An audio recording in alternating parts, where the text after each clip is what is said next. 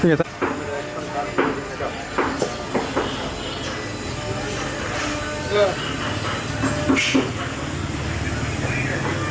হ্যাঁ ভাই, 50 টাকার বেশি দেবেন না।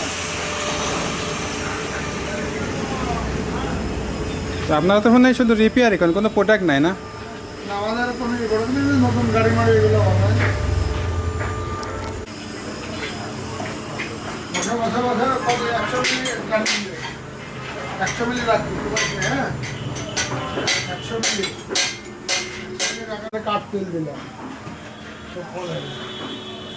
না লাগতে হলে যখন স্যাপ দেখে মাইপি নিজের মাথার মধ্যে দিতে হবে, দুধ মারলে হবে না। দেখতে দেখতে